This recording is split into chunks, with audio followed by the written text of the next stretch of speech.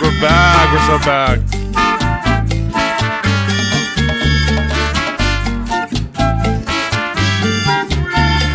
Give me a second. I'm calling Counterpoints. My boy. All right, one sec.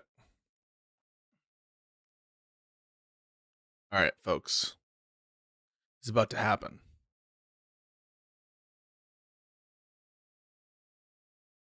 This motherfucker told me to call. Yo! Pisco! Yo, what up? Hang on, one second. I just gotta put you on cam before you say anything crazy. All right. Turn on camera. Why isn't that working? It should be. Sorry, I need to full screen you, but my computer is not letting me move you. So I might need to hang up and call back. This is the same problem we had yesterday. All right, yeah, do it. No, I can move you. I can move you, and I can full screen you, and I can block my screen so I don't dox anybody's information. Oh yeah, that was like yesterday. So weird. Yeah. Similar to yesterday, I need you to entertain my chat for a minute while I go get a refill of tea. Can you do that again? I sure can, man. All right. I'm also going to bump your volume. You seem a little low to me. Try it again. Hey, testing 1 2 3 1 2 3 1 2 3. That's substantially better. All right. I shall myself. I will be back. Okay. This chat is too small, so I'm just gonna do this. All right. Yo, what's up, Counterpoints chat? Listen, shit got a little crazy yesterday. Pretty wild, huh? Good morning, everybody. Good morning, Krusty Krab. Hope everyone is having a wonderful Tuesday. It's some wait, what the fuck? Why am I getting recommended all these like poker videos? Is it because I watched one video on poker and now everything's about poker? Oh, Lord, here we go. What up, Timothy Douglas? How we doing, folks? Good morning. Hope everyone is having a great America First morning. What's up in the 40K universe these days? I'm trying to find Counterpoints' chat so I can talk to them. Oh, is it Valor Media Network, right? Some Nazi shit. Where is he live at? Where the hell is he? Or is he on Counterpoints Politics? Counterpoints Politics. Oh, there he is. I found him. All right. So let me see what their chat is saying. Negative Nazi shit. What did I miss yesterday? Oh, I got pretty pissed at Counter because I thought he was being a little weaselly. But I'm sure we'll address that and other things on this wonderful afternoon of ours. I traveled this morning. Got up early to take the train. And there were people behind me who were just like screaming. I had my AirPod Maxes on, pink. And they were just like, and you can put it on the mode where literally nothing will get through. You'll be like run over before you hear the screeching of a car. Notwithstanding this fact, like yelling on Metro North. Why? I just don't understand. Yo! Can you hear me, Counter? I can hear you. Oh, what's up, brother? Same old. I did make you some drawings, but if you had anything that you wanted to address before I show you some things, let me know. Let's start with your drawings. I think that's better. Okay. I'm going to move you up here temporarily. I'm going to, well, actually, I need to make sure that my chat has your audio. So let me share, I suppose, this screen, share screen. All right. And then let me see if I can bring up my drawing. Okay. So right yesterday, now you're sharing. It's echoing. You got to make sure you're not sharing okay, sounds. my bad. Let me change that then. Can I maybe pull it up over here? I might be able to pull it up over here. I'm going to try to mess with my audio so that I come out a little louder too. 1 second. Okay. I'm going to have to scroll a little bit, but I think it'll be fine. All right. How's this, by the way? Can you hear me better? I can hear you great. All right. Sick. That sounds great. Okay. I'm sharing this drawing and I will zoom in, but can you see the drawing? I can see the drawing. I can't make sense of it, but I can see words. Let me scroll in. So yesterday we had a conversation and we were talking about Chesterton's fence. Yes. Okay. Which is basically a rule. You don't remove a fence if you don't know what it's blocking. Yeah. Right. I think I agree with you with that basic assumption. I don't have a problem with that. Sure. And I made some examples. What we got wrapped up on was whether or not America was open borders for the first century of its existence. That's not even like the crux of what I was trying to communicate to you. Okay. So I want to focus on the Chesterton's fence thing. All right. Let's focus on what you wanted to communicate. Okay.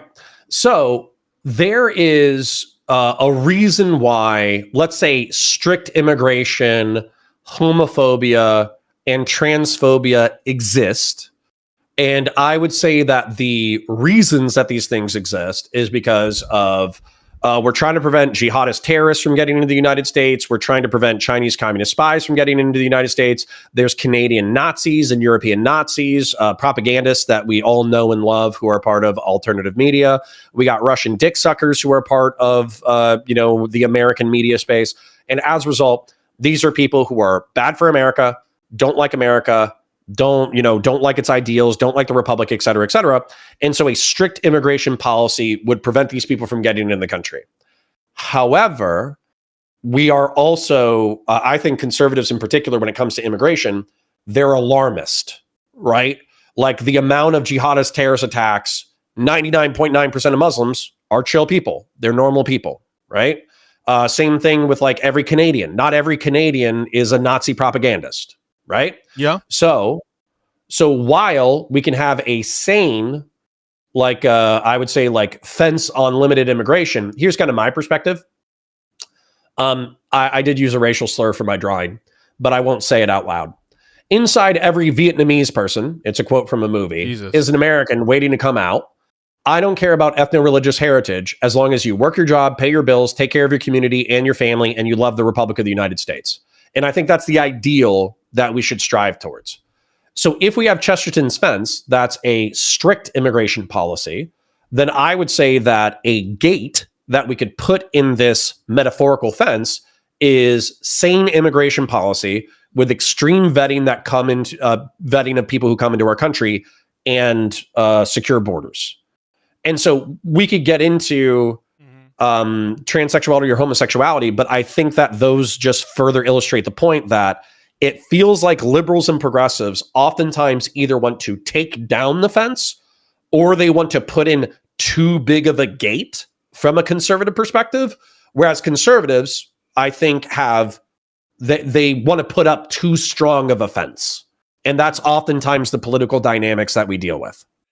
I guess I'm just having trouble fitting it into the framework because on the one hand, it does feel like this Chesterton's fence concept that you are trying to root it to something almost primal, evolutionarily based, or as a product of historical and technological advancement, and that has lineages going back like maybe even millennia. And what I'm hearing from you is like a policy argument, which could be correct, which could be incorrect. There are aspects of it which I probably will agree with. And I just am curious how the framework fits. So let me give you one point of contact, and maybe you can respond to it. So, one point of contact. This whole discussion is whether liberals and progressives want to take down Chesterton's fence on immigration.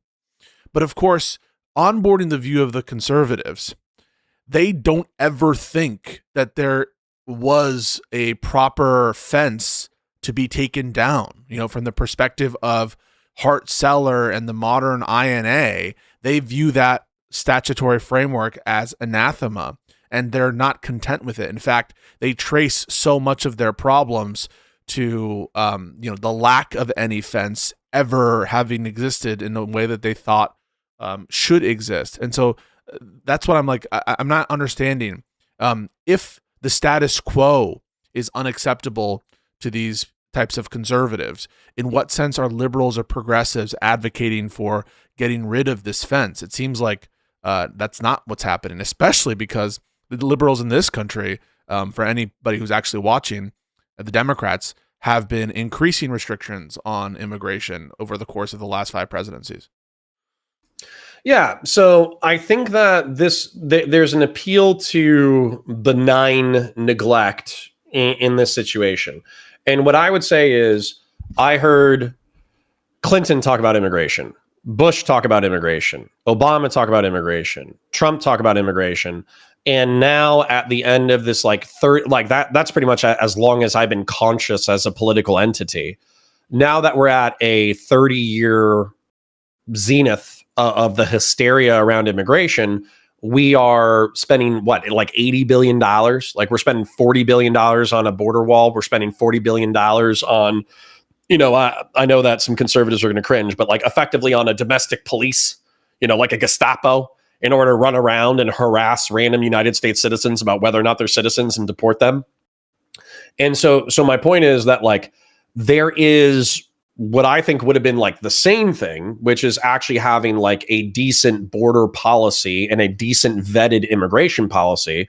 But the truth is, I think that the benign neglect of our immigration policy of the past 70 years was it was too economically beneficial over the past 70 years to have a porous border to actually enforce the law. Yeah, but I just don't understand this whole structure though, Connor, because on the one hand, just like fit it in the framework. If what we're suggesting is that it never was an acceptable state of immigration policy, this doesn't seem like an application of Chesterton's fence, right? If there was never an adequate or good status quo that for us to take down, then it just doesn't seem to map on to what you're suggesting. Maybe there's some other reasons to be dissatisfied with the status quo, but that seems to be not related to this Chesterton's fence concept that you're bringing up. Help me with that. Even that I could move to the like the homosexual or transsexual examples if we wanted to resolve whether or not this is a correct application of Chesterton's fence. Well, but I just think it trivially doesn't apply. If no one is satisfied with the status quo, then there's nothing that liberals and progressives are seeking to uproot. You understand? No, I don't agree with this. Okay. So the status quo, I would say that if you look at, and let's go broad, okay? Let's try not to get too autistic in the detail too quickly. Okay.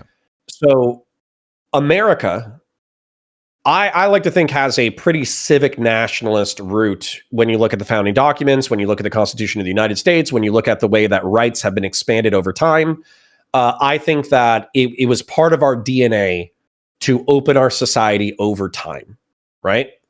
But I think that also what is historically arguable is that the men, this country, founded the country in its origination, they had a closed system. They wanted a closed system of white property owning men of good character, good or bad. I'm not making a moral judgment. I'm saying descriptively. And so when you look at the history of the 19th century, it's a history of that system opening up to more and more people. It's the emancipation of black people during the Civil War. It's the I don't even want to talk about Native Americans because that's probably a fucking mess. But it's the achievement of the suffragette movement in order to get the emancipation of women. It's the Civil Rights Act, all that kind of stuff. And so society has become more and more and more open. But what conservatives are saying is that we are too open now. We are taking in too many different kinds of people, and we need to close this openness. So it's almost like Chesterton's fence was removed or opened too wide, and now conservatives want to close it. Yeah, but I guess I just don't understand with respect to what the kind of policy, like decision points that you're referencing there are like women's rights and the emancipation of slavery and relations with the American Indians. These just don't seem like immigration policies. And maybe we're broadening it out to be kind of like a general approach to inclusivity. But then I'm just not understanding what you're talking about with the Chesterton's fence applying specifically to immigration. You understand why I'm having the issue? Maybe I understand why you're having the issue, but I think you could get past it if you wanted to. No offense. I'm trying to apply. So this is why I'm like I get frustrated. I'm trying to apply a concept that you're introducing that I think that is important to you. That this Chesterton's fence concept, this assumption of keeping things unless you can have a good reason to get rid of them, which is something I've already said makes sense to me. This concept seems to have some value to you. And I can actually start to see it like how you're going to try to apply it to certain religious values. But I hear immigration and it just doesn't seem to fit the pattern. And I do actually also want to talk about some of the trends that you're suggesting with regard to openness and the immigration policies that we've actually pursued. I think that it's been exactly the opposite. Immigration policy in this country has gotten more and more restrictive over the course of years. It's not becoming more open. It's becoming more and more and more restrictive. And that's over the course of Democrats and Republicans. I'm gonna draw this and I'm gonna share my screen because I think that this is illustrative, and I also don't think that it's deniable. You know, maybe you'll be able to find some way to deny it, but I don't think it's deniable. So I can't see because I'm putting it on a vertical screen. Where is the we can see your lovely line button. I don't see the line button. Okay, so I'm just going to draw this very poorly. Freehand, yeah. Yeah, very poorly it's going to get drawn, and it's very skinny. Can I do a brush? Let's do a solid brush. Hell yeah. Maybe make it thick. Can we increase nice and thick the thickness? Yeah, thick that up. Yeah, nice. There we go. Okay. So let's say that this is Chesterton's fence, okay? And right at the formation of the country, the only people who were viewed as citizens of the United States, and I understand it was citizenship and naturalization, you want to make them discrete from immigration, but I think when we're talking about participation in a nation, if we're limiting who participates in the nation, it would stand to reason logically that those are the people that you want in your society. So when we started, sorry, I didn't catch all of that. I just need to understand it. So sorry, I'm a little slow. Can you just tell me that again? So I think that you could be technically correct, white men of good character. You could be technically correct in that saying that the only people who can be citizens of the United States are white men of good character. Oh, yep. is not technically immigration policy, right?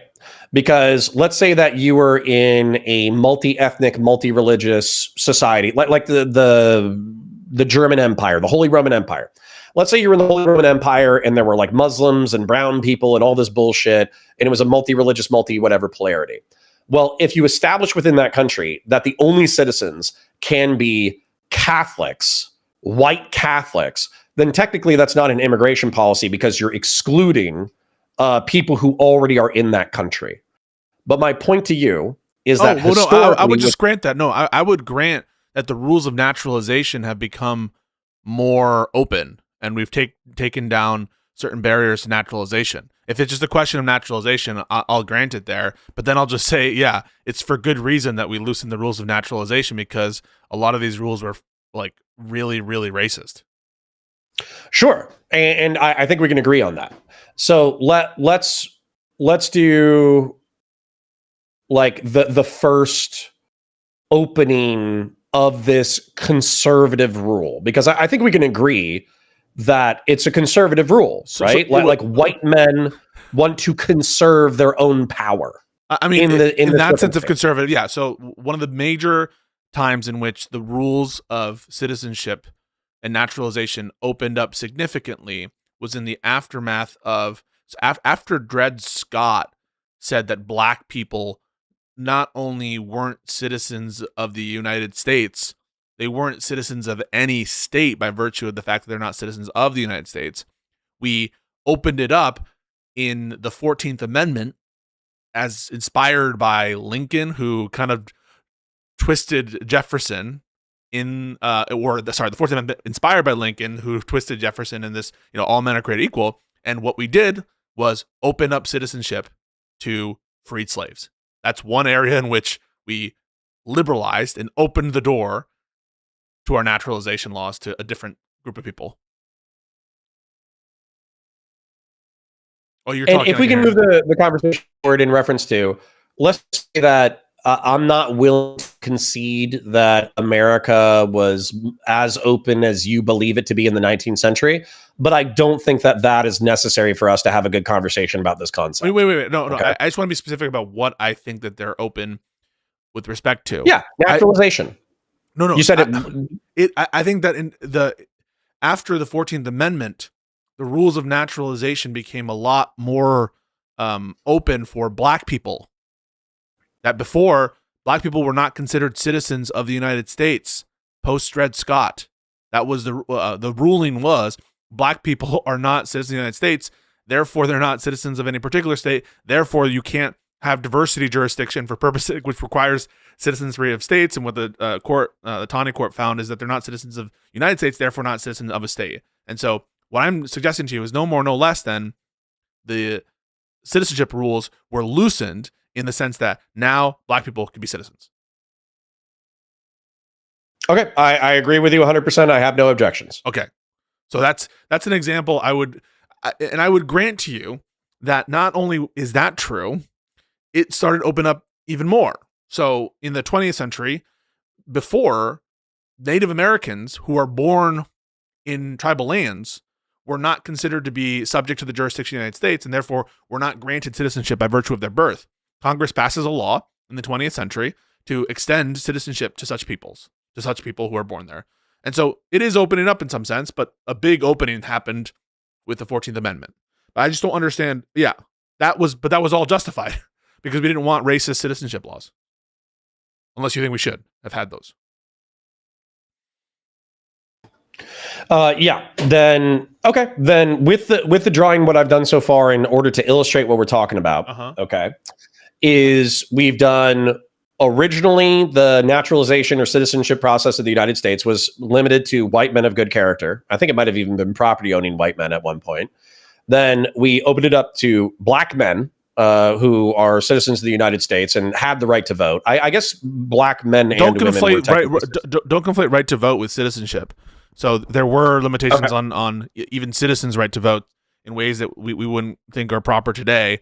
But and you could get citizenship by virtue of your birth in America without being a person of good moral character. It's just that that's called birth, citizenship at birth, as opposed to naturalization. So the rules of naturalization were restrictive. That's converting someone from not citizen to citizen. That's what became more open, as well as just granting all black people citizenship by virtue of their birth. Sure. And what I would say the argument is, and I'll draw this as soon as my mouse cursor gets in here, is we have a current, I wouldn't even call it an emergency, but I think a lot of people treat it as an emergency. This would be like the first time that we opened the proverbial Chesterton's fence and put a gate in it. Then the women's right to vote and Native Americans being a part of it would be the second time, and we made the gate open. Now, there's an argument that we should make a new gate that should be even broader. And the even broader gate than what we currently have would be effectively like any Hispanic who gets here who's a decent person from Central or South America should have an easy path to citizenship. And then there's also an argument that some people in America, due to jihadist terrorism over the past 30 years, believe that Muslims are incompatible with the United States of America. All you have to do is go onto Twitter and you can see this sentiment regurgitated all the time. And so as a result, we should be limiting immigration from the Middle East and North Africa. Yeah, but that's just the wrong assessment of the current state of the fence. The current state of the fence is that anyone who's born in the United States is a citizen of the United States, and it's just if that doesn't apply to you, it's actually really, really, really hard for just a good guy to get citizenship. Not even including by legal means, it takes like a decade.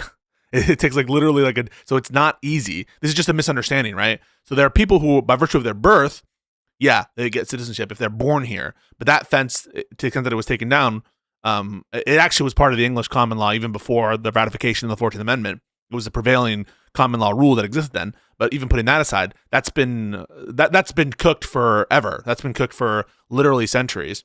And anyone who says, "Oh, it's so easy to become a citizen," other than through that, is just lying, because it's actually very hard and takes a lot of time. As for the Muslim thing, I thought we all agreed that there should be no religious tests and that freedom of religion was really important and we shouldn't have an establishment of religion. So that fence, I feel like, is also down. Yeah, but that we're also talking about legality and established precedent. Like so, for instance, if you check out my Twitter, on my Twitter, people are arguing that effectively they're arguing that we shouldn't have the First Amendment and that Congress should be able to. I'm going to remove my screen. They're arguing that we should have effectively like religious tests in order for people to become a part of the United States. It should be a Christian nation, blah, blah, blah, blah, blah. And when I hear the word nation now, I just hear people. So what they're saying is that like all Americans should either be Christian or they should pay deference to Christianity. That's new. That's that's different from what we've been doing for this past time. There were theocrats throughout American history. It just wasn't enshrined by law.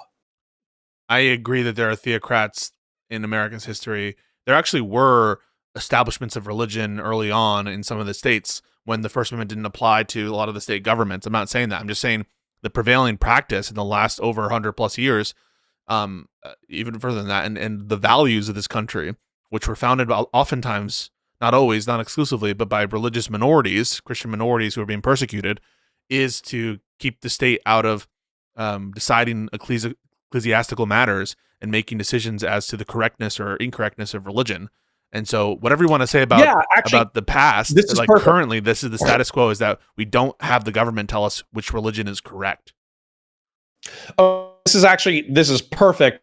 It's illustrative of a agreement from conservative. You're cutting out a little bit there, Connor. Is something up with your internet? I'm muting myself because if I don't mute myself, I get an echo, and I broke my headphones. Okay. So I'll try to get closer, and I'll try to be more mindful of the mute button. Yep. But this is where we have. Okay, you guys are crazy. I should ignore my chat. So we have. Let's use immigration from the Middle East and North Africa and Muslims as a proxy for this entire conversation. Okay. Okay. What you said that I agree with is that the legal system of the United States effectively prohibits discrimination based on religion, right? We should be value neutral in our evaluation of citizens based on religion. More or less. I want to add the caveat here that the court has seemed to embrace that rules of exclusion seem to be way more deferential to the government's rationales than rules in the interior of the country that might relate to naturalization or other kinds of benefits the government might provide. And so to me, as I read Trump versus Hawaii, which was the original Muslim ban case or whatever, I think it's a little bit incoherent. I think there's contradictions within it, but it seems that Roberts is willing to apply quite a deferential test to even assumedly explicit Muslim restrictions. At least I think that's what the logic of the opinion entails. That said, people will, because it seems so insane to say something like, we should limit Jews from entering into the country, people will usually, for the sake of argument, concede that that kind of stuff is unacceptable. So I will grant what you just said with the caveat that it does seem to be the case that there are more deferential standards applied to exclusion rules as opposed to other kinds of laws that the government might pass. Okay.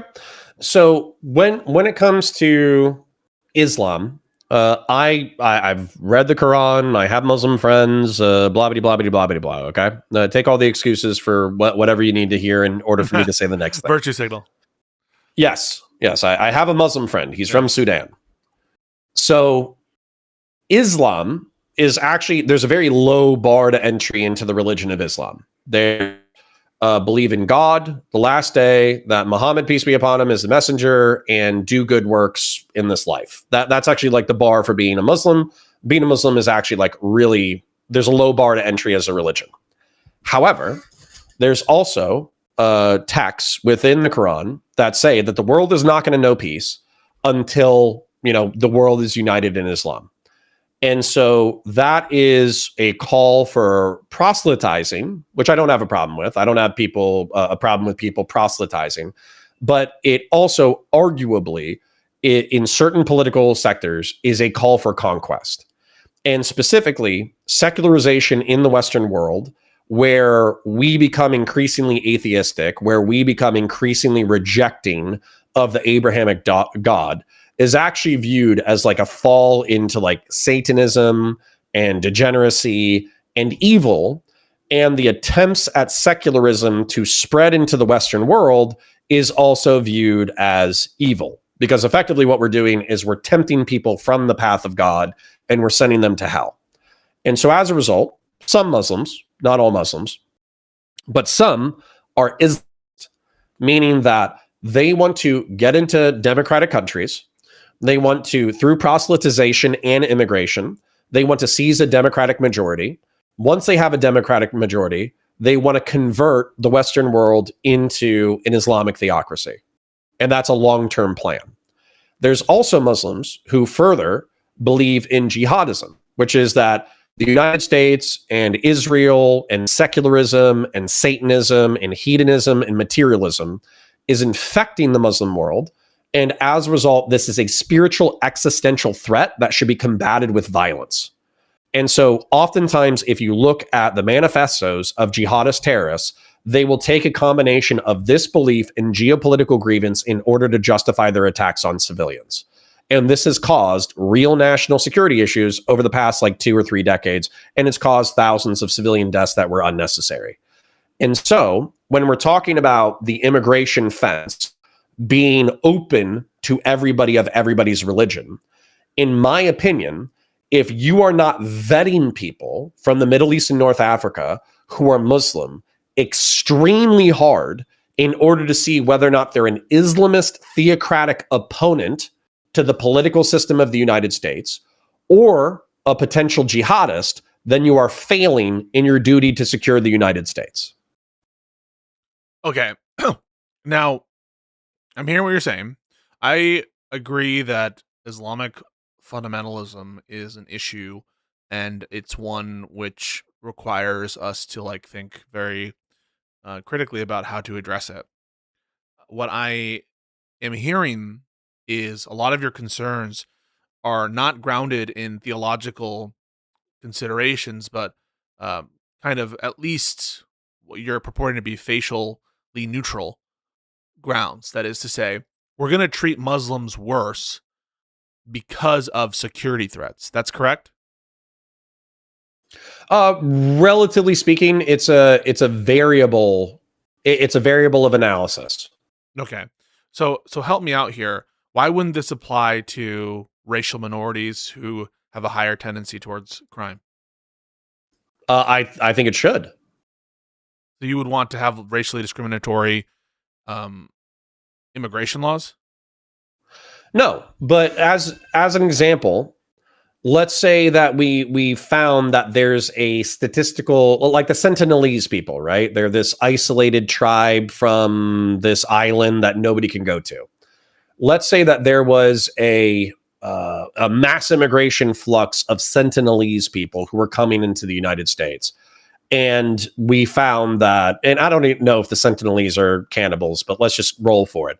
But let's say that within the Sentinelese American community, while 99% of Sentinelese immigrants were great, good neighbors, worked their jobs, paid their bills, whatever, there was still 1% who were hostile to outsiders and practiced cannibalism, right? Mm-hmm. Then, in future immigration waves from the Sentinelese Island or whatever it's called, then I think that we should be vetting extremely hard for cannibalism.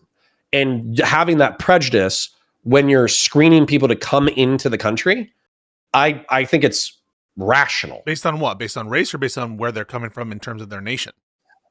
I would say so I don't even know if it's like racial or national or religious. If you can categorize and track the social behavior.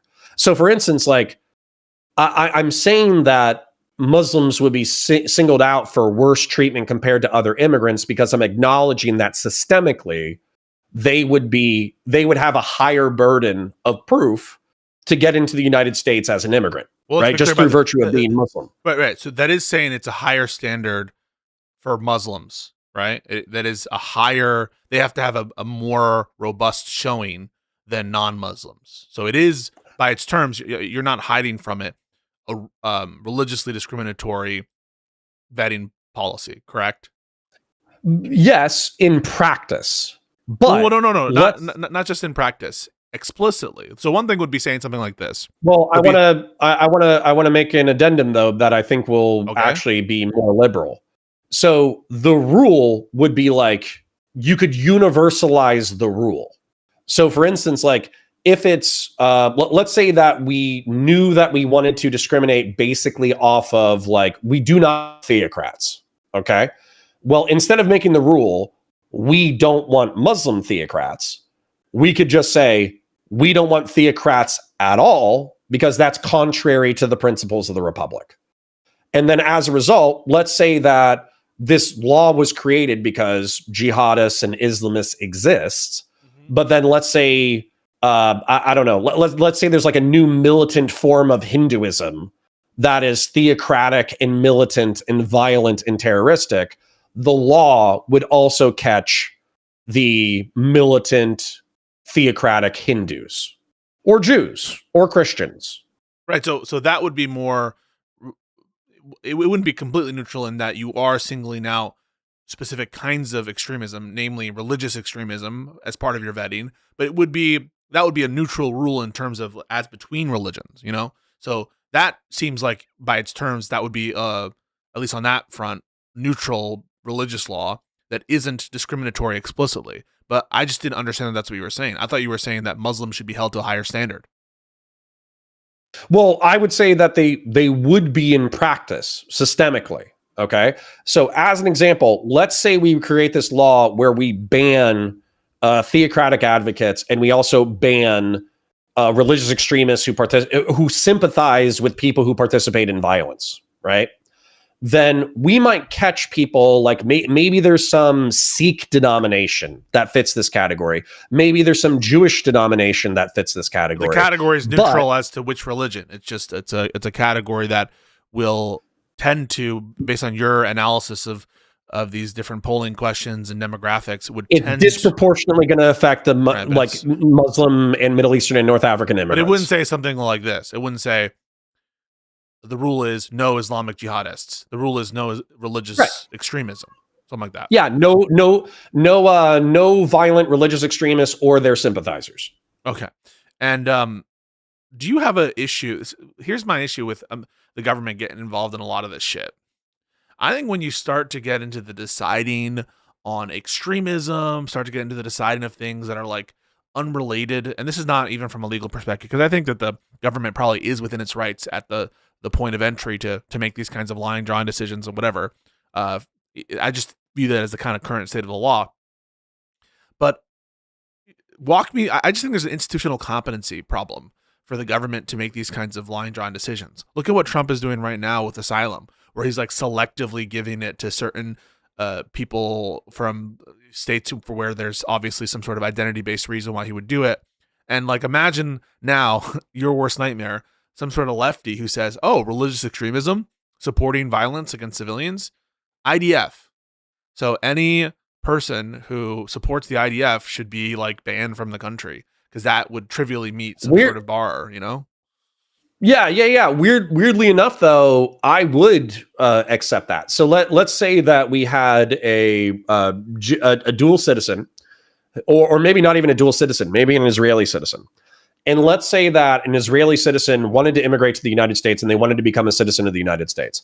But let's say that openly on their social media, they were like, glass Gaza, fuck the Palestinians, they're not even human, they're pieces of shit. The IDF didn't grape enough prisoners, right? Like, let's say that was part of their social media. Then at that point, I would be like, no, like, fuck you. Like, no, like you're not maybe you could come for a vacation, you know, like with your family, but you're not getting citizenship. And I would be perfectly okay with that level of discrimination. Yeah, no, I don't have necessarily a problem with making entry rules and for scarce resources like visas that would take into consideration the glorification of violence and these kinds of things. Where I start to feel uncomfortable, though, is any kind of per se rule that either targets specific forms of this kind of thought, in the sense of like, taking a view on, well, we're banning Muslim extremism, but not Christian extremism, or we're banning people with criminal backgrounds from Asia, but not people from criminal backgrounds from Europe or some shit like that. Maybe there it's less of a concern because it's like more nation based, but any kind of area where you're giving unbridled discretion for these officers to make these kinds of decisions that are based on like more pertinent traits, or where there's a institutional competency issue, it starts to concern me a little bit. But I'm glad that you're not proposing a Muslim ban, are you?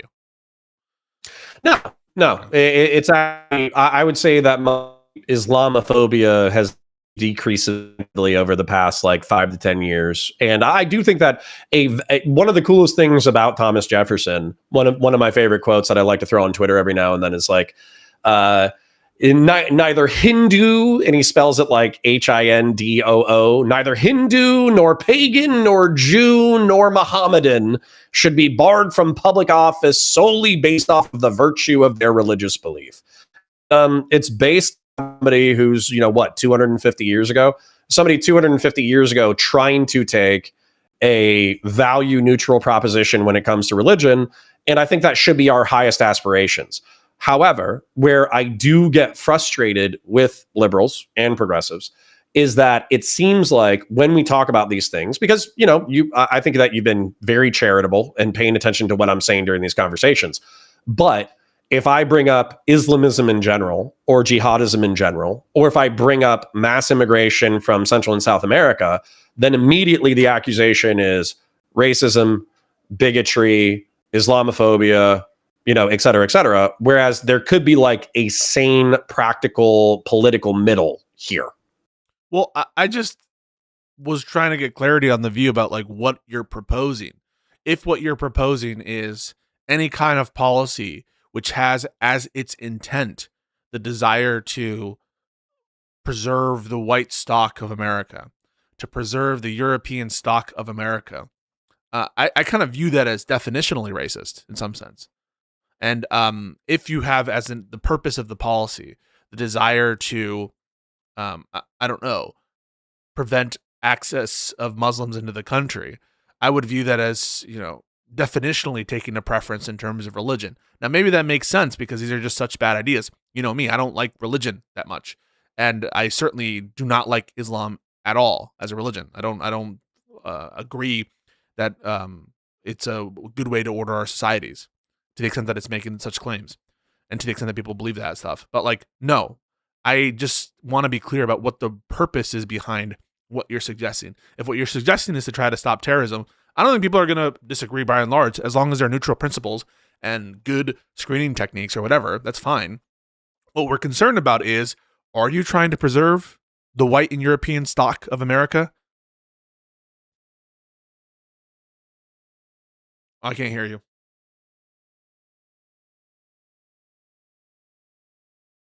Doobie? What is this image? No one can hear you, by the way. Can you hear me or no? Now I can. Okay. All right. So this is an accusation. Wait, answer my question first. Are you trying to preserve the white and European drawing stock? Answers your question. It doesn't. It does. So give me some latitude. This is actually a drawing that is premised off of Doobie accusing me of being a white nationalist. So I want you to take a look at this drawing. Okay. So this is the current demography of the United States of America. The paper white part is Northern European. The brown is approximately 24%. This is about like 65% right now. I think it's dropping, but that's where we're at right now. The brown is Hispanic. The blue is Jewish. The red is Muslim. The yellow is Asian, and the black is black. Okay. And this is representative of white, Hispanic, Jewish, Muslim, Asian, black, and these are approximate percentages. So this is like 2%, 2%, 5%, 13%, and 24%. That's the wrong drawing. Let me pull up my drawing again. And so the point of this drawing is that this is where we are demographically. And what I said that Doobie accused me of being a white nationalist is I was saying that there are things that are common in northern, number one, I think like 90% of people date within their own like ethno-religious tribe. So Northern Europeans typically marry Northern Europeans, Hispanics typically marry Hispanics, blacks typically marry blacks. And I don't care. There's no like moral statement here. It's just more that 90% of people marry within their own tribes. So what Doobie wants, which I think is very funny, is this is a pile of men. It's men, but let's just pretend there's women in here. This is a pile of people. Oh, am I not sharing the screen? Yeah, no. I need to share the screen. You guys need to see the pile. This is from the South Park episode where, So here's a pile of men, but let's presume women having a giant orgy in the desert. And this is the same episode in which future people are a caramel mixture of all races and ethnicities who have become hairless, who speak a language that is a combination of all languages. Mm-hmm. And these are future people. This is what Doobie wants. He wants people to no longer see race, no longer see culture, no longer see this, no longer see this. They're not Black Americans, not white Americans. They're not Hispanic Americans. He said he wants a monoculture.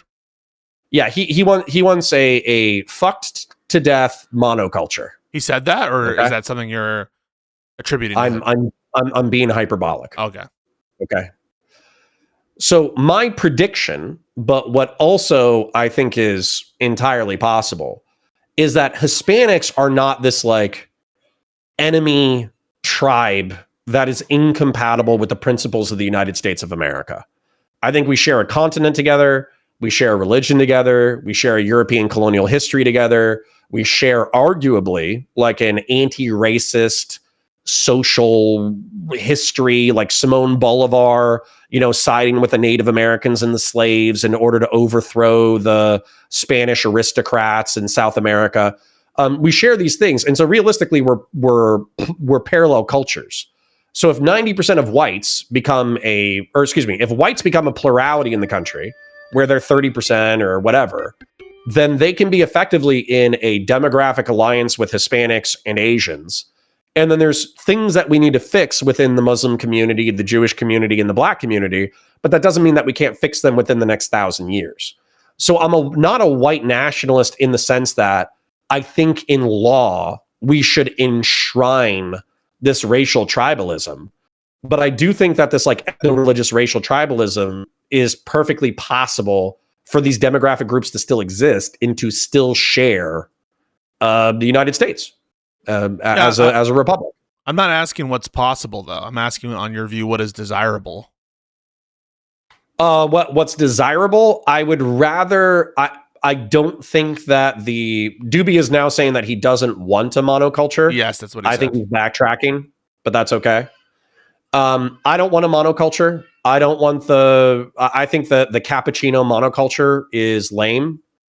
And I think this would be desirable. I think a Hispanic, Northern European, Asian power sharing agreement in the United States, along with bullying Muslims to not be Islamist or jihadist over time, bullying Jews to not be Zionist, and bullying Black folk out of disproportionate criminality, I think that would be ideal. So does that necessitate protecting the white European stock of America? Not in law. Not in law. But for example, would you advocate that white people marry other white people to preserve the white heritage of the country? Not really. So in what sense would you be in support of protecting, if it's not through law and it's not through those kinds of cultural incentives or whatever encouragements? What would you support? So we have this weird thing, right? That's happening in our current cultural zeitgeist. Do you remember the Smithsonian releasing a drawing on whiteness? No. Okay. So there's this drawing about whiteness, and it talks about like stereotypical Northern European Protestant values.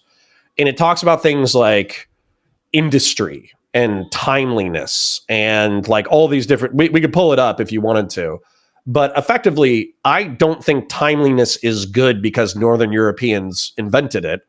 I think timeliness is good, right? And then same thing with industry or industriousness. Well, so I just think that's a good virtue. Like white people invented being on time for things? Yeah. Yeah. Okay. I mean, there's like the jokes of like colored people time and this, that, the other. Like there's obviously different cultural expectations when it comes to industriousness and timeliness. Okay. Right.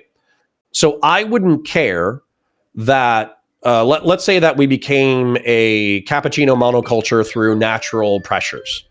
I wouldn't care. What I do care about is that we retain the positive elements of modern Northern European culture that are American. Like showing up to things on time. Like timeliness and industry. Yeah. Which I don't think are unique to Northern Europeans. I think they're just emphasized. Okay. So you don't have a desire to protect the white stock of the United States. That's not a desire that you have. But here's where here's where it gets a little spicy though, okay? So let's say that you said you have no desire to protect the white stock of the United States. In virtue of its whiteness. In virtue of its whiteness. On virtue of its whiteness. No, I don't give a fuck about that. Okay. So in what sense But do you want to preserve that let's white make it a stock? little spicy, though. Yeah. I'll give you a spicy example to illustrate your question. Let's say that there was a West African name. Let's say it's Nigeria or something like that. Nigeria, and we have the opportunity for like 330 million people are inside the United States. Let's say there's 60 million Nigerians and they want to come over tomorrow. And let's say that there's cultural tropes that I view as negative in Nigerian culture that I think should be de-emphasized, deprioritized, or culturally eliminated. And then I think that there's positive things that Americans are doing, like timeliness or industry or something like that, which would take a hit as a result of mass immigration from a different nation or different culture. I would not be in favor of mass immigration from that culture if it meant that the things that I care about would get hurt, and if it meant that I would have to tolerate things that I think are barbaric. But you don't think, for example, that like white people are inherently better? You don't think that like you want your kids to look white?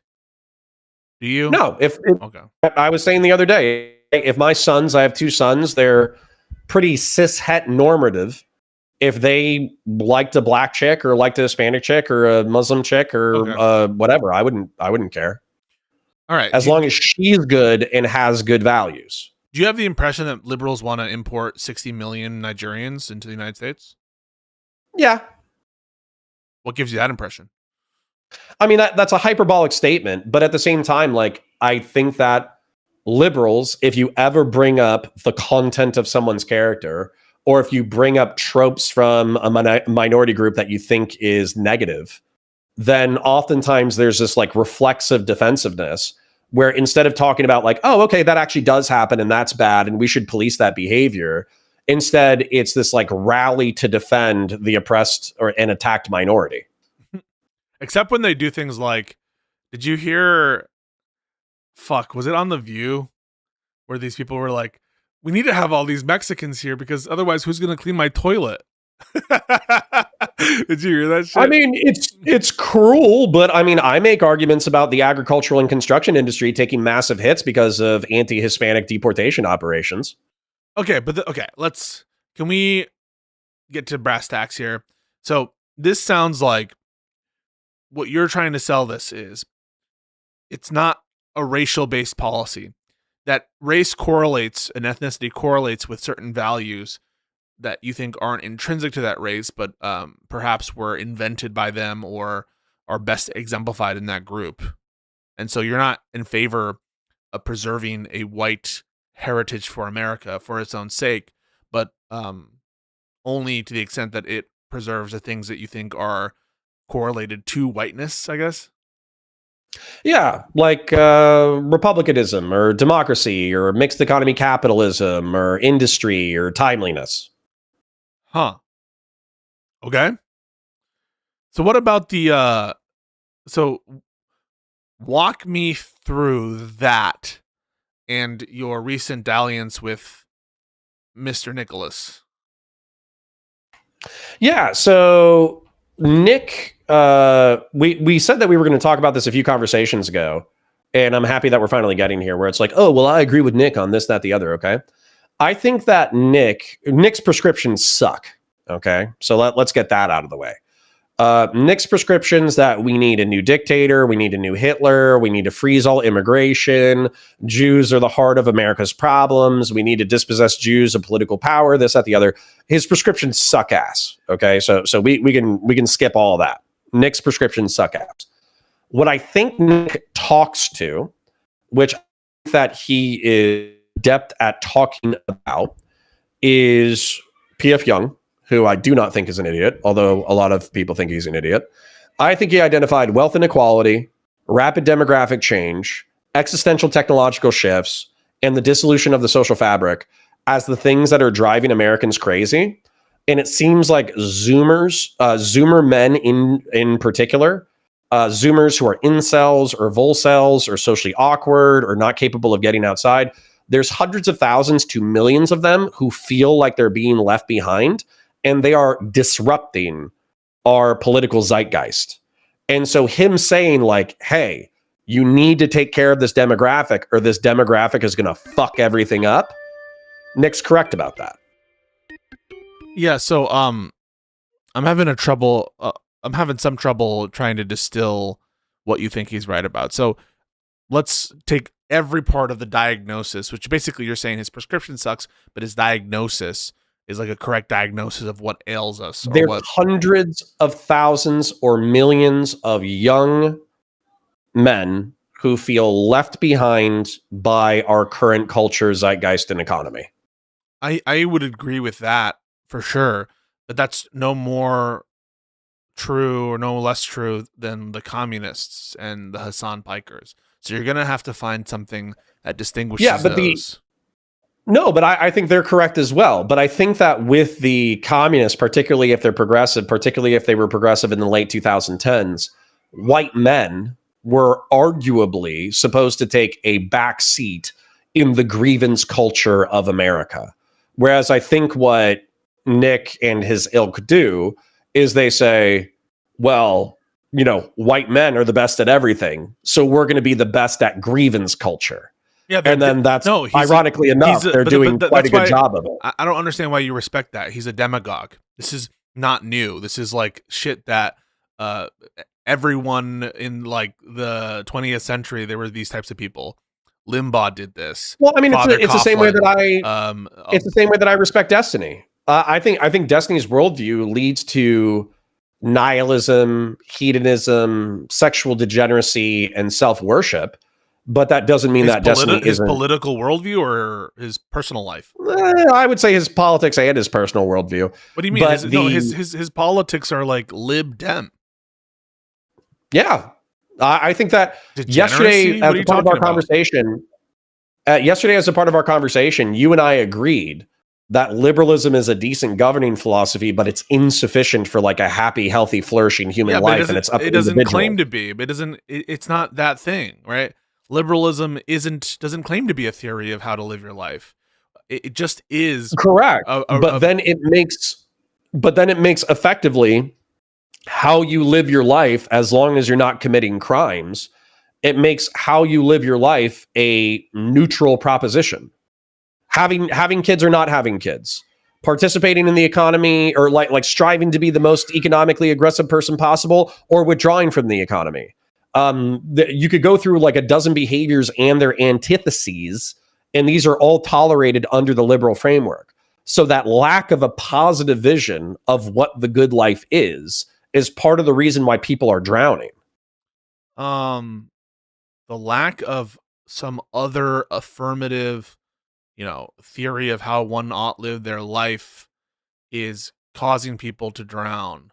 I just don't see the argument for that. Like, I think that a lot of what is causing people to feel detached and isolated has to do with things that aren't ideological in nature or have to do with some like gap in ideology. I think it has to do with technological advancement, as you cited, and like economic inequality and prices and shit like that, and like not having a better life, not being able to afford a house.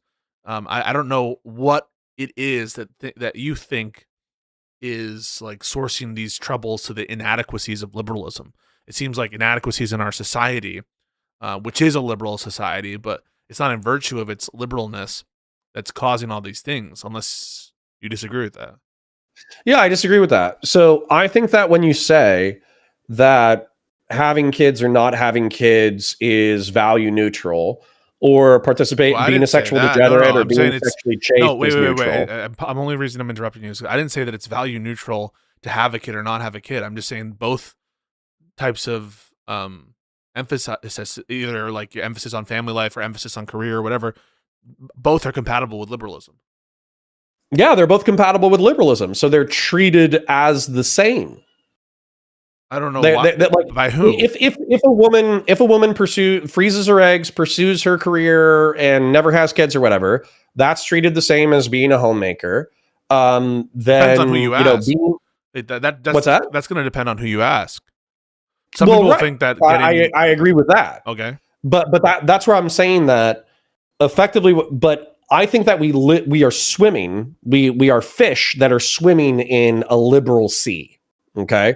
So if you look at the governmental system, if you look at our pop culture, if you look at the way that the economy works, if you look at all that kind of stuff, it effectively reinforces the concept that you can do whatever you want to do as long as it's legal. And even if you do something illegal, you could probably get away with it for a while until you get punished. Who says that you should do anything as long as it's legal? No one says this, Connor. What are you talking about? Who says you should do anything just because it's legal? If I criticize the as I did earlier for a very long time, if I criticize the male homosexual community for promiscuity in a hardcore party culture, I have a bunch of liberals in my chat who are saying, number one, that doesn't exist. Then they say, wait, it does exist, but why do you care? And then they say, okay, it does exist and it's bad, but realistically, it's not their fault. And I'm getting all three of those lines of argumentation simultaneously. Whereas if we were living in a sane society, it would be like, yeah, doing hard drugs and having unprotected sex and being promiscuous to the point that you create disease or get infected, that's bad. And we should probably stop doing that as a culture. Yeah, but if we had an orienting than principle. What you said, this feels like the Mott and Bailey, right? Like you say something like, no, it's not. There are people who say just because it's legal, you should do it. And then you point to a specific, more discrete back and forth having to do with like sex positivity and sex negativity. And yeah, there are some entrenched views about that on either side of the political divide, but it's not as generalizable as do it because it's legal. There it's just like, oh, we just view having sex as like good in a way that you think it's like leads to bad outcomes. But that doesn't sort of, I think, substantiate your point that people are right there. Okay, right there though.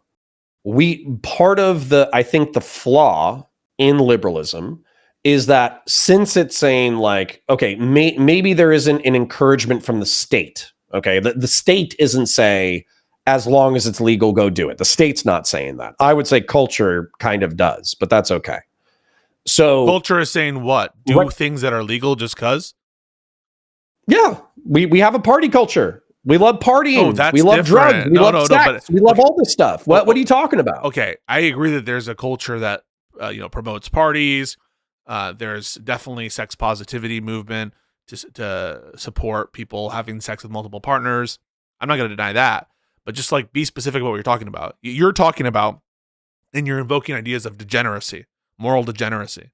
That's what you're kind of trying to invoke, but it's not on the basis of its mere legality. You just think that there are certain people who are promoting like hedonism and degeneracy, right? Yeah. And I think those voices are very loud in our culture. All right, so let's talk about them. The people who are promoting like promiscuity, you view that as a kind of degeneracy, and you view it that way because you're not one of these red pillars who views like chastity and virginity as virtuous for their own sake, but merely because of spreading disease and shit like that.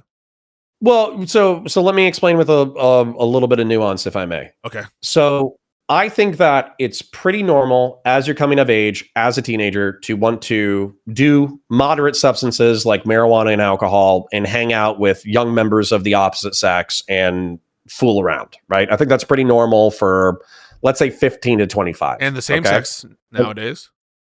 Sure. And bisexual and pansexual and every sexual and every gender as well. So that's pretty normal for a young person to do. And I've seen both sides of this coin. I've seen overly promiscuous people who have had a series of disastrous, shallow relationships, got addicted to the physical and emotional attention from those relationships, burned out, and now they're incapable of having a healthy relationship. I've seen that. But what I've also seen is I've seen conservatives who are virginal, who fall in love with one person instantaneously when they're 16. They get married. They change a lot as a human being between the age of 16 and 25. And then they have no idea who they are, who their partner is, the life that they've built, and why. And then their life implodes. So if we use those as two extremes of what like a giga conservative life and a giga libertine life is, then obviously, in my opinion, what's going to work for most people is probably being serial monogamous, but maybe a little party and fun in your early years, probably through your early 20s. And then probably in your mid to late 20s, looking for your partner, looking for your wife or husband or whatever, and then finding some level of stability with which to experience middle age. And I think that prescription is probably going to apply to 80 to 90% of the population. Okay, I think most people kind of operate in that way, including liberals. They do, but how old are you? I'm late 20s, early 30s. Okay. When do you plan on having kids? I don't know why this is relevant, dude. Why are you asking me specific questions about my plans, my family plans? Because you're an example. You're an example of what I'm talking about. In what sense? When did aren't your kids? Did you have them in the next in 30s, in your early 30s?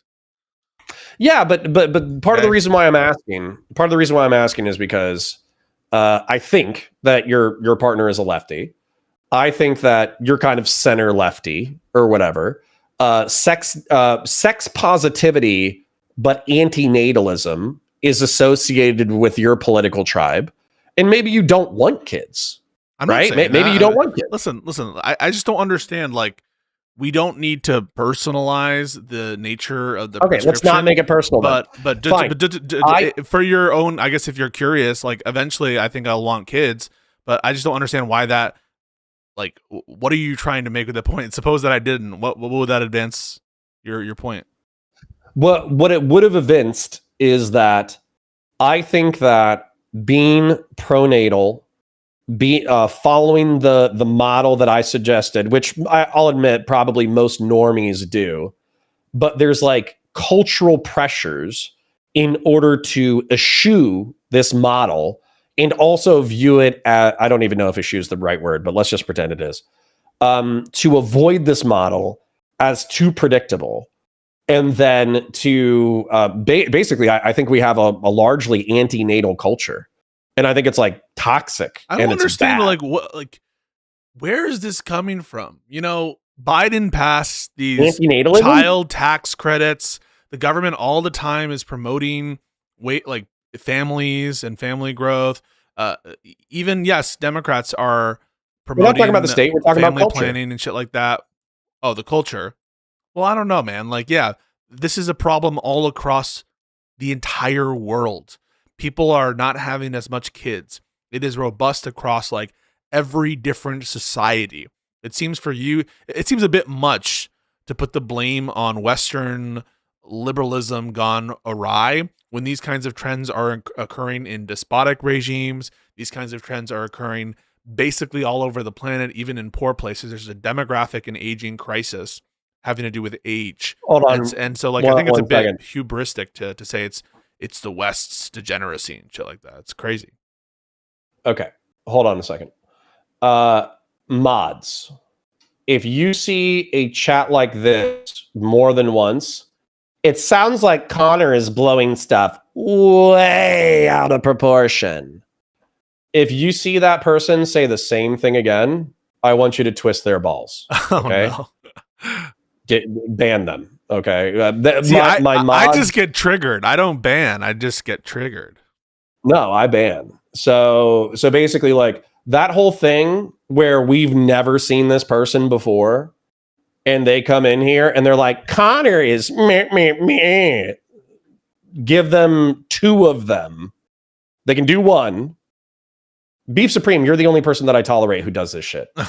So tolerate one. And then so MHBWHT. Guys, come to my stream. You can say whatever you want within guidelines. I think you just killed him. Yeah. You can say whatever you want. Just don't be a smug bitch. Okay. And then, if I want to be a smug bitch in your chat? We'll wrap this up. I'm allowed to be a smug bitch. I'm the streamer. I can be a smug bitch. My chatters can't be smug bitches. Fair. And then here's the other thing. Smug bitching, modding, chatting, whatever. Yeah, I mean that's it. Yeah, if they're a smug bitch and they do it more than once, then twist their balls. All right. Anyways, sorry. Back to the combo. Yeah, the combo. So Fuentes, you were going to tell me about Fuentes and shit, and now we're going on natalism. I observed that it's a trend across the world. So far, I might have made like a hyperbolic statement. If I might have made a hyperbolic statement where like, oh, I agree with 60% of what Fuentes says. I probably agree with 10% of what Fuentes says, or maybe 30%. Yeah, but unlike what though? It's no, but like the descriptive part isn't impressive. Like he's playing on. Yes, there's. Who said it had to be impressive? I don't know. Like observing that. I mean, we could just end this conversation. But I'm not saying end the conversation overall. I'm saying we could end this line of argumentation, because if I say I agree with Nick Fuentes' description that hundreds of thousands or millions of young men are being left behind by society, and then you say that's not novel or interesting, then I can say, yeah, it's not novel or interesting, and then boom, that's the conversation. Yeah, but you're sounding like, do you think that there's something there when I called you a groiper yesterday, when I was saying groiper talking points, I just sense it. I just have this fucking Sergeant Dokes. I'm like looking up, and I'm like, this motherfucker is getting high off of America First, and he's not telling the world. That's what I feel. I don't even think that's true. I think you could actually go check out my content. I think my content is pretty critical of Nick. So, I mean, I have probably a dozen. I know it's critical, but it's dozen videos where I'm criticizing his geopolitics, his social prescriptions, all that stuff. I'm basically saying that this dude's prescriptions suck ass. Also, here's the other thing too. You know what's interesting about Nick is, so if you look at his history of the state of Israel from the late 19th century through the 20th century, it's actually, and I found this to be true of Hassan Piker as well, it's actually pretty accurate from like a descriptive standpoint.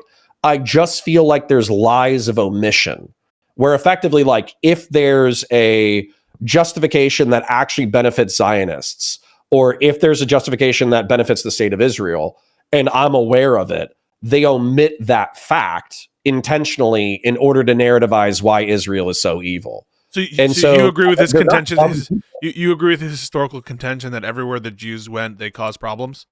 That's what his belief is with respect to the Jewish question. No, but obviously, if we steelman that into, as a result of the Jewish diaspora, every Jews were treated as second-class citizens in every society, and as a result, there were like pogroms and tensions and this, that, the other. Like, if we steelman it, then we can find out a descriptive reality. Why would we steelman it? This is old. This is old as dirt Jew baiting, and he's he's trying to appeal to the hundreds of thousands or millions of men who are falling into America First and think that not only are his descriptions good, but his prescriptions are good.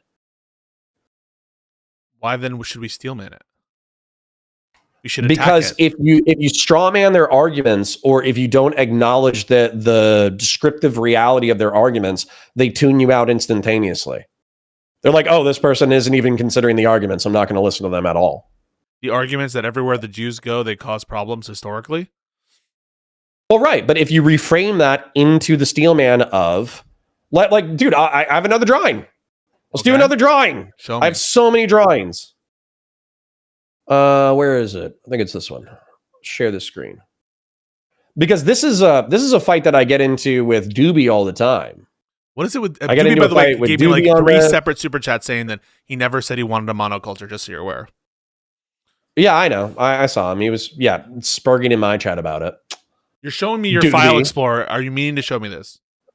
Yes, I am. Wait, File Explorer? No. My apologies. Let me try it again. I don't, unlike most leftists, I don't keep underage cartoon porn in my File Explorer. All right. So here we go. So if we're, and give me 2 minutes, I'll be as fast as I can, okay? Take your time. So when we're talking about Jewish history, Abraham is the original Jew. He was the first monotheist, and he believed that God promised him this territory, effectively east of the Nile River and west of the Euphrates. This is what he believed that he would inherit. This is like a story. This is myth. Yes. Okay, got it. Then we have Joseph in the Bible, who went from the approximate area where Abraham was into Egypt to be an advisor. And then his descendants became the Semites, who were enslaved.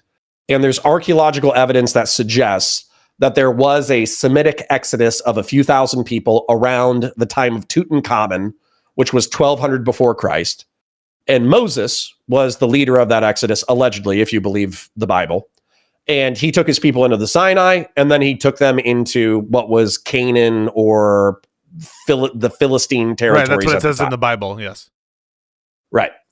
So then at that point, they establish ancient Israel and the kingdom of Judah, where they conquer this territory, which weirdly enough, suspiciously looks like modern Israel.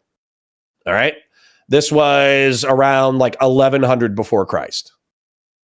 Now we have the Babylonian conquest of Israel, where the Babylonians take over. Immediately after that, the Persians conquer Babylon, and Israel is considered a part of Babylon. Immediately after that, we have, well, and this is over the course of 1,000 years, so I say immediately after that, but just bear in mind it's over the course of 1,000 years. Then we have the... Sorry. No, I mean, it's true. Keep going, sorry. So we have the Greek conquest of the Middle East and North Africa, which also spawned some revolts. Then we have the Roman conquest of the Middle East and North Africa, which is the time in which Jesus is born, right? And so not only do the Romans sack the temple, but also the Crusaders do. Mm-hmm. During the Muslim incursions, we have Islam effectively take over this entire territory outside of Constantinople. Then we have the Crusades, where the Crusaders come in and they actually do sack Jerusalem and kill everybody. And as a result of these, I know it's like, what's the point of this? Okay, what's the point of this? But what happens is the Jews as a people have centralized themselves at the crossroads of humanity, and they've suffered 1, 2, 3, 4, 5, 6 military invasions that probably killed thousands of people. And so as a result, over the course of the medieval era, they engage in the diaspora, which is where they spread out across the world and become second-class citizens in a whole bunch of countries. Right, where the Nick Fuenteses of those days accuse them of killing God. Well poisoning. Of killing God. Killing God, well poisoning, child sacrifice. And then they would get and now this was all supposed to be about why we should steel man those arguments. Well, we should. Okay. We should acknowledge that the diaspora is a historically true thing, and that's why Jews were in Europe. Well, so if there's a diaspora, we can say that the well poisonings. We can say that the Christian anti-Semitism, the well poisonings, and the child sacrifice is not historically supported, and they were effectively like anti-Semitic myths that led to riots and murders and lynchings. We can say that, but we can still acknowledge the historical developments of the diaspora. Wait, but who denies the historical development of the diaspora? Well, I think when you say like, oh, Jews didn't do anything and they've gotten kicked out of like 109 countries or whatever fuck, whenever you just kind of like dismiss that as like, oh, well, you're just being anti-Semitic, you don't explain the history of what actually happened. But like the meme that Fuentes is propagating isn't that they're like, well, there's a diaspora and Jewish people might have done some things wrong in some occasions. It's wherever they go, they cause problems because that's just who they are, and because they killed God, and they view us as sure. I mean, I don't concede to that as a reality. I don't think that's a good argument. Right, but that's what I'm saying, that we should like not respect, and we should like just. I don't, and I criticize that line of argumentation whenever I bump into it. But anyways, I mean, I can wrap it. But the point is that like you have the 19th century development of Zionism, which is arguably a broadly secular movement, but they still want to establish the state of Israel. We have the British Mandate and the World War II return, where a third of the international Jewish population gets wiped out. So a lot of Jews don't feel safe in Europe anymore. So they either go to the United States or they go to Israel, which doesn't exist yet. You got the Nakba, which is the ethnic cleansing of Israel after they declare independence, and the Palestinians and them get into territorial beefs. And then you have the reverse Nakba, which is the Middle Eastern and North African countries effectively saying, hey, you're a part of this like Jewish subterfuge in the region. As a result, get the fuck out of our country. And then you got modern Israel, which is the state that I'm drawing approximately here with these borders. And then you also have the context of, I didn't expect you to disagree with any of this, by the way. Do you hear me disagreeing? Do you hear me disagreeing with any of the historical? I mean, I disagree with the not so far. I disagree with the historicity of the Abrahamic myths, but sure. With the history part, like Babylonian captivity, all that shit, I don't deny that. I just want to wrap this because basically, keep going. I feel like this is a very broad stroke. I'm not talking shit. Keep going. I want to hear this. Okay. Well, then when we look at Islam and we look at the Muslim conquest that emanated out of Saudi Arabia, and then we look at where Islam is today, obviously they spread through diplomacy. Obviously they spread through trade, but they also spread through the sword. And so as a result, you effectively have a belt of Islamic belief Islamic belief across North Africa, Saharan Africa, the Middle East, Turkey, Afghanistan, Pakistan, Western China, Malaysia, and Indonesia. And so as a result, what we're squabbling over as far as like an ethno-religious tribalist war is whether or not Jews can exist in this territory as a sovereign nation. And so that's what we're squabbling over. And so the whole point is that like this history, not only do I not think that it's like, it might be known in like a broad strokes sense with Groypers and Christian nationalists and also leftist critics of Israel, but I think that they oftentimes they just say like, oh, the modern state of Israel is totally divorced from this history. And they'll say that. I would say Christian nationalists, anti-Semites say that all the time because they want to say, and I think I've heard. I'll grant you that. They'll say things like, these are they're all European. Ashkenazi. It's a European settler colonial project. And by the way, I've heard leftists say that. I've heard Doobie say that. I've heard Hassan say that. I've heard Christian nationalists on Twitter say that. So yeah, so like the whole reason why I guess that's actually the thrust of this like little history lesson. The thrust of this history lesson is the fact that, like, no, this is the history of the Jewish people over the past 3,400 years. It is relevant to the conflict in the modern state. Yeah, but who says understanding this history? Like, okay, there are some people who are crazy. No, what I'm saying is like, I'm just saying like the kind of historical pattern that you've outlined here is more or less the classical, basically what they teach you in like world history or whatever. And I don't understand why this is very relevant to the Groyper conversation. Maybe I'm missing it.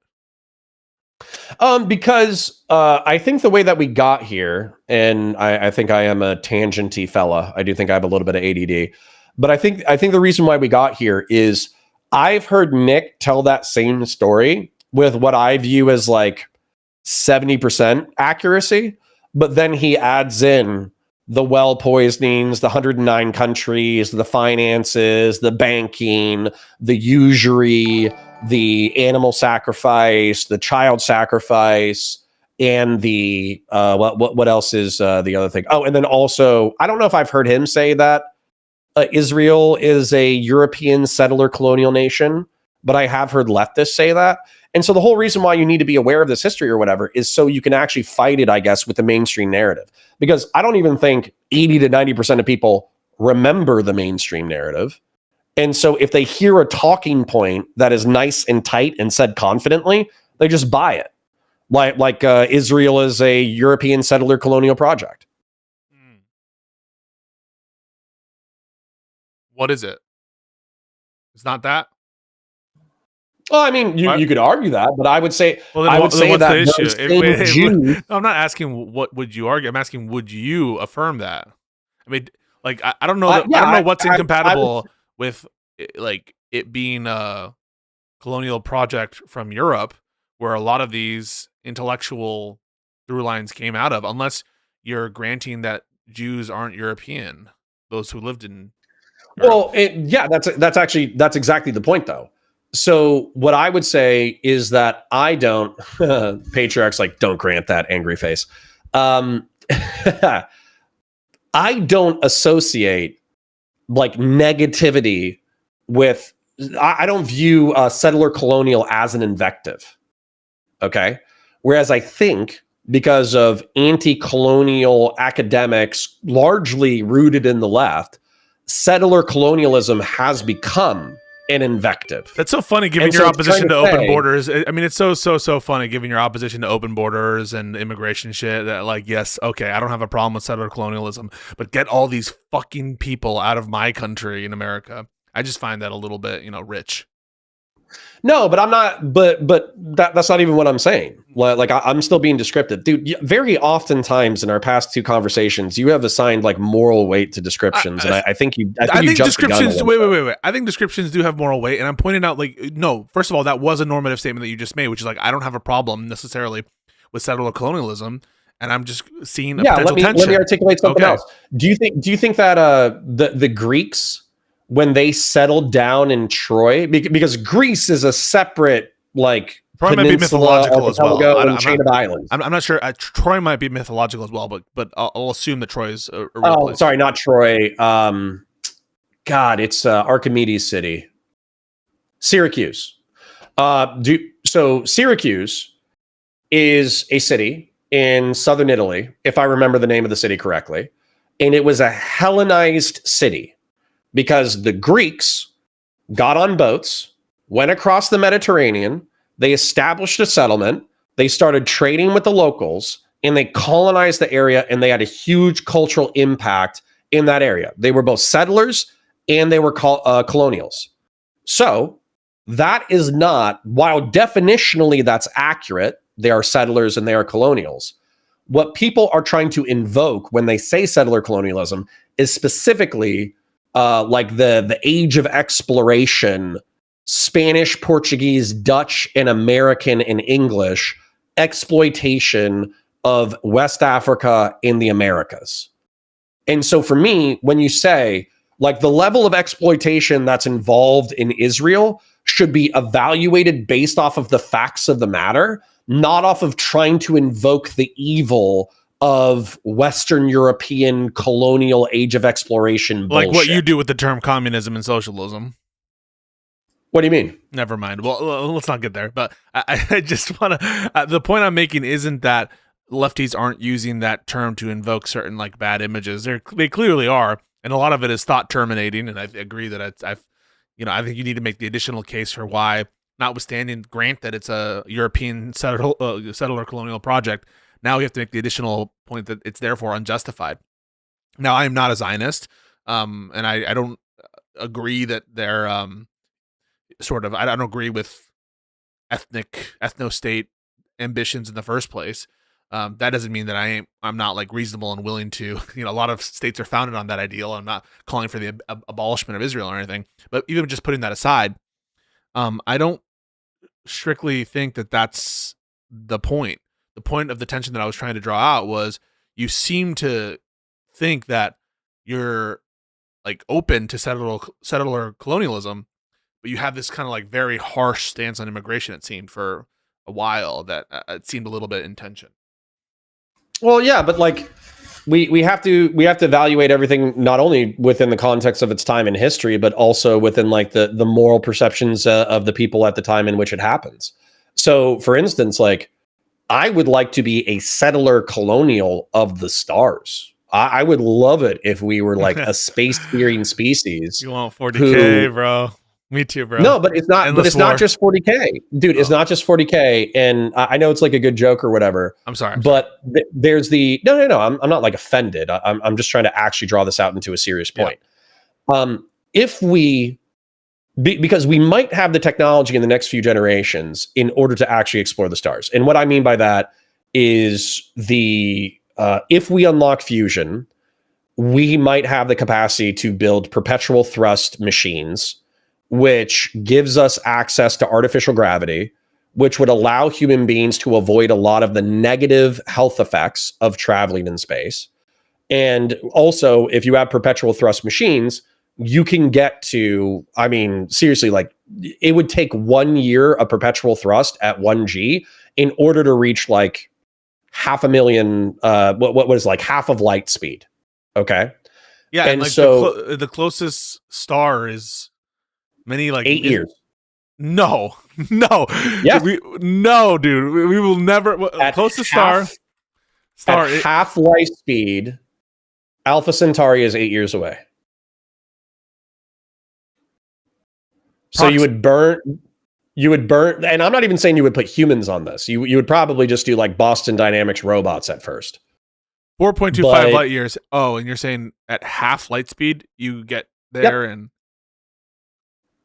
at half light speed. that true? I don't know. Maybe I'm wrong. Yeah, What's it's 8 years. I don't. Okay. But there's also time dilation as well. So like time dilation is it would take the travelers 8 years to get there, but we might not hear from them for centuries or millennia because of the way that time dilation allegedly works. So anyways, but Right, like we should so we focus can't on our like solar system communicate first. with them and Yeah. shit. Yeah, absolutely. And so no, Everyone says no there's one can always go half light speed. Everyone is like yelling at you in my chat about half light speed. perpetual thrust at 1G for a year with a fusion reactor. You could get up to half life speed I'm within gonna a do year. what you do. Perpetual motion at half G. Say at perpetual thrust, how long would it take up to get to half life speed? At perpetual it's like 11 thrust, months. how long would it take to get to half of light speed? AI says 173 days. Holy shit. Now, the problem is, what if you hit a rock? Well, that's because if you hit a rock at half light speed, do you just obliterate? Because that might happen. You know what I'm saying? But anyways, okay, all this shit is speculative, right? It's all speculative fiction, okay? But at the same time, I think it would be hubris. Sorry. I think it would be hubris. Fuck your chat, by the way. They can eat a barrel of dicks. So I think it would be hubris to have a article written in 1903 saying that humanity is not going to fly in for like another millennia, and then to have the first airplane in 1912, to have the nuclear bomb by 1940, to have commercial jet aircraft in the late 20th century, and then to say space travel is impossible. Like I think it's hubris. I think it's silly. I hope that we are able to explore the galaxies and find out cool stuff. I do. And that's why we need an ethno-state of white people. It's not gonna happen. Well, I mean, number one, I think space exploration would actually probably end racism because we would find bigger problems. You think? But yeah. There's only one race, the human race. Where are the aliens? We should have seen them by now. Well, right. So no, you get into all these things, and we don't have to get totally dragged down by like speculative science fiction exploration. But the point is that, like, let's say that we were dealing with guys. Don't say this. Don't say space travel is impossible. We literally travel space. Yeah. I understand that Connor's talking about future tech shit, but we do travel space. Okay. So the point is, though, let's say that we needed to have these moral calculations before we meet another sentient or sapient species. So let's say that we got to Alpha Centauri and there was a planet that had living beings. Well, we're going to experience problems that we experienced during the age of exploration. They might have diseases that kill us. We might have diseases that kill them. The introduction of our species to their biological environment might cause like ecological devastation. Also, right now, we're treating sentient species on our planet as moral zombies, and we're industrially farming them. Whereas we're probably going to have like a more evolved perception of life if we're going to be dealing with life that is not of Earth origin. And so the whole point of this is that like there's complex technological and moral calculations when it comes to this shit. It's interesting. It gives us a future forward looking perspective. And it also challenges some of the moral principles on which we operate every single day. And so this is why I wish that I could have conversations with smart people the world over about how do we get into the stars and what are we going to do when we encounter sapient species. But instead, I have to argue with like 80 IQ race realists about whether or not black people are technically human. You know what I'm saying? So, and then I also have to argue with libs about whether or not jihadism is a national security concern. So like I'm stuck here with you fucking apes. And while we're stuck here, can we just make it a taboo to talk to Fuentes? No. Why not? Because like I've DM'd Fuentes twice, no response. I've if I've thought about going into his chat and super chatting him and saying like, hey, instead of committing suicide because your super chatters are cringe, let's have a debate about XYZ ABC. He's a part of the cultural zeitgeist, whether you like him or not. But there should be a taboo for the socialists. Like I've said before, dude, I swear to God, I say, are you my wife? I swear to God, I say shit and you just don't hear it. So no, you can talk to the socialists, but unless you guys have a shared plan, a platform that you both want to push together, with the Groypers, it should be known you have a shared plan. Yes, and my shared plan is trying to convince hundreds of thousands or millions of young men to get their shit together. That's my shared plan. That's my shared plan with the lefties. I don't believe you. I think you like social democratic policies. I think that you would want to live in Scandinavia if you could. That's different. If you could make the United States. Well, no. If you could make the United States. No, I wouldn't. No, I wouldn't. If you could make the United States Sweden tomorrow, you would. No, I fucking yes, wouldn't. You would. No, I wouldn't. I'm the most pro-America person there is because I love America. Why wouldn't you have a robust social safety net, paid maternity and paternity leave, universal health care, dental, generous PTO, stronger unions? Why wouldn't you want any of that stuff? Because I love our freedom and rights here, and I wouldn't trade it for universal health care. I swear to God, you're hiding your power level. What the fuck is this? What are you talking about? Everything I say, everything I do is like pro-constitution, pro-freedom, anti-corruption. Now, under current administration, okay, I mean, when Trump's in office, that's definitely like a harder choice or whatever. Although I think Sweden's having some shit. I don't fucking know what they're doing. But no, in general, I want America to fix its own problems the American way and to do it right. And there are some good ideas out there. And I'm not fucking hiding my power level, bro. That's cringe for you to say that. And when I accuse you of hiding your power level, Groyper-wise, people don't take it the right way. But you accuse me of that all the time. And by the way, everyone accuses me of that all the time. So I get to do it to Connor every now and then. Yeah, then I mean, I don't get ass mad about it because I think that there's truth to it. There's kernels of truth to it. Yes, because you think they have a good point on some of this shit. Well, hold on. So if we actually envisioned Christian nationalism, and let's view it in its ideal form, okay, ideal. We're not killing the gays or gassing the transes or deporting the blacks or dispossessing the Jews of power. Okay, at the heart of Christianity. Because I was actually raised in the church.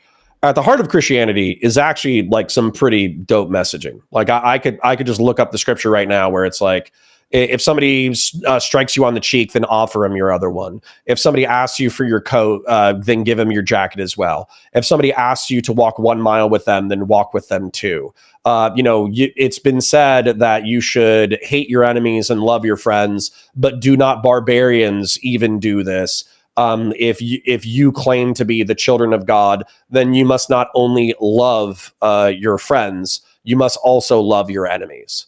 And that's actually like that's kind of beautiful. Like if you took that and you put that into, regardless of like mythological belief, ignore all the mythology for a minute. Okay. If you got human beings to believe that it was their calling not only to love their friends, but also to love their enemies, then you could actually build a much better world. But the problem is that Christians, they actually ignore probably that most central of scripture, and they don't live it at all. They cloak themselves in the righteousness of religion while ignoring probably the most important prescription. I'm sure you could pick out some beautiful lines of the Quran and some beautiful lines. Yeah, sure. Any fucking. I mean, I'm sure you could. The problem is, I could get some quotes from like Hitler, and you'd be like, "Wow, that's beautiful." Well, hold on. There's actually one legitimate line from the Quran that's beautiful, and it says, "What is it? It's like, and it was declared to them in the kingdom of Israel that if you take a life, it's as if you've killed all of humanity, and if you save a life, it's as if you've saved all of humanity." But then the very next verse is, But for those who spread corruption in the land, it would be better that they be crucified or have their hands struck off. Yeah, but don't make me go into the fucking Bible to There's pull not out. as many beautiful verses in the Quran. Hang on. In terms of just volume, the Quran is shorter than the Bible. The Bible has probably, on balance, like more fucked up shit in it. Yeah, the Quran's also hyper repetitive. I would Doobie if as a matter of fact, I can't ask Doobie to do this because he's an anti-Zionist.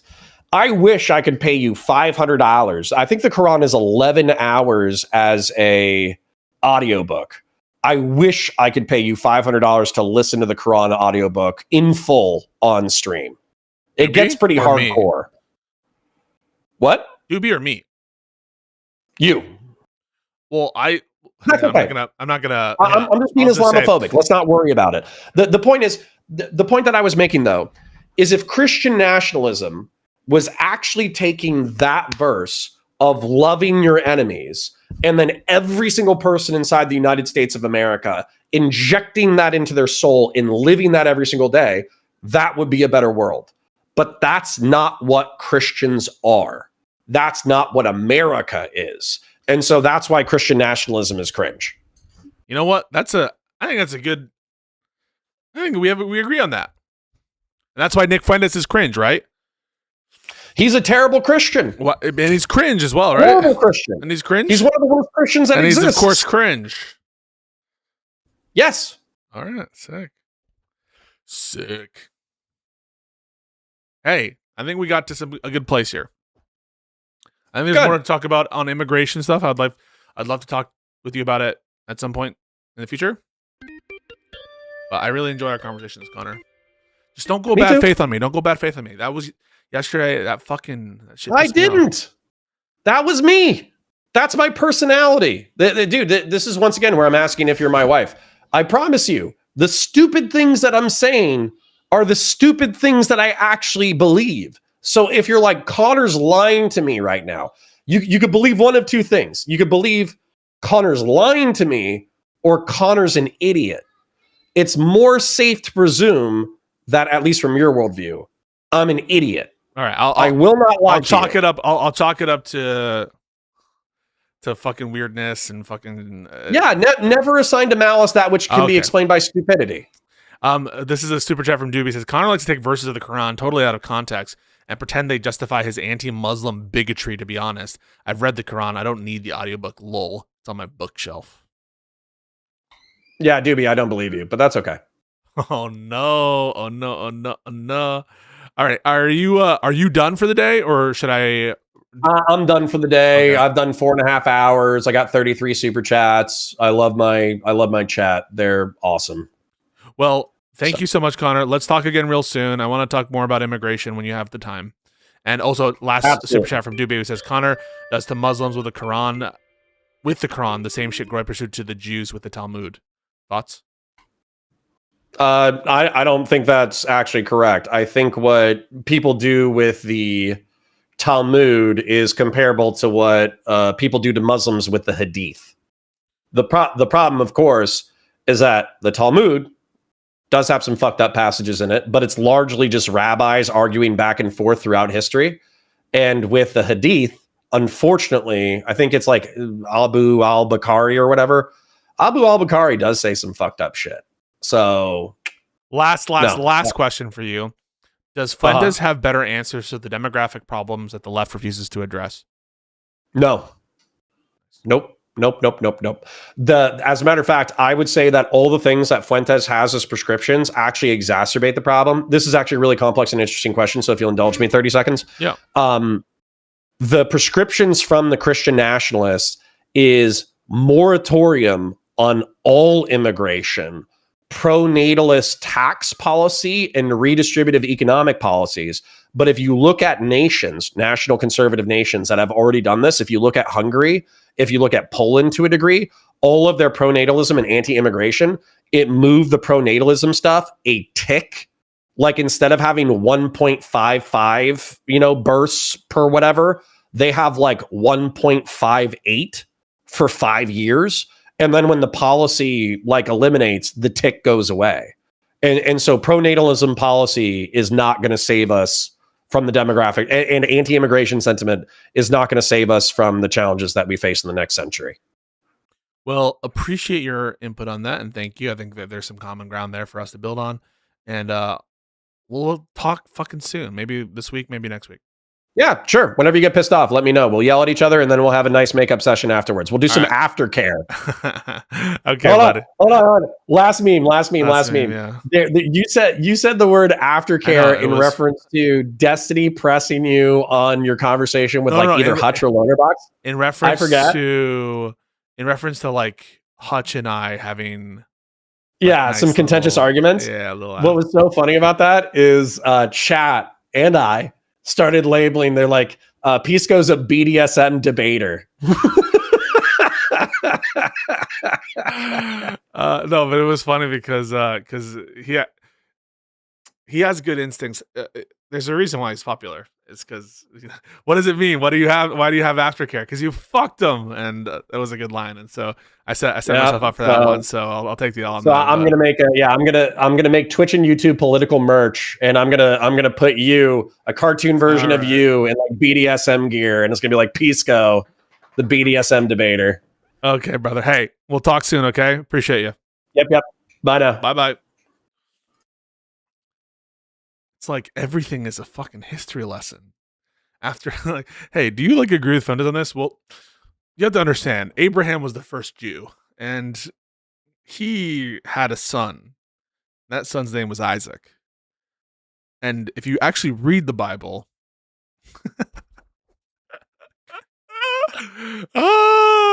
it was like every different thing. Like, this is the history of Troy. This is the history of Abraham. This is the fucking. He just loves explaining. Loves explaining the lore of life. All right, guys, I actually have to go. I just wanted to do that because he pissed me off so much yesterday. So fucking much. But it's nice to know that we can have a good conversation. All right, I gotta go. I love you guys very much. Please stay cool, be safe this New Year's Eve, and come back to stream. I need you.